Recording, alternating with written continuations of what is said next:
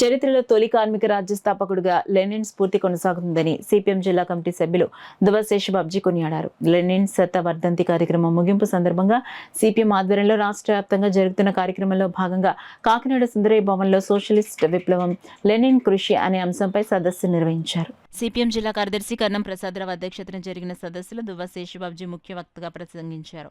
Marks మహనీయుడు రూపొందించిన కార్మిక రాజ్య స్థాపన సిద్ధాంతాన్ని ఆచరణలో అమలు చేయడం రష్యాలో లెనిన్ కీలక పాత్ర పోషించారని తెలిపారు. పోరాడుతున్న కార్మిక వర్గానికి రాజకీయ చైతన్యం బయట నుంచే కల్పించాలని, అందుకోసం కమ్యూనిస్ట్ పార్టీ అవసరమని, Lenin Russian social democratic labour party స్థాపనకు కృషి చేశారని తెలిపారు.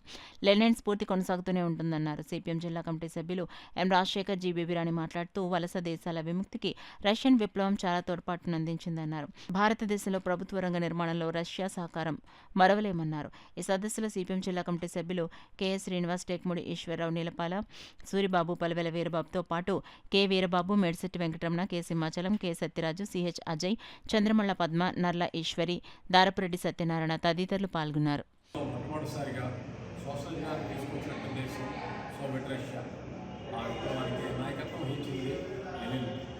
సోషలిస్ట్ వ్యవస్థలోనే అన్ని ప్రాంతాలు, అన్ని తరగతులు, అన్ని మతాలు సుఖజీవనం చేయగలుగుతాయి.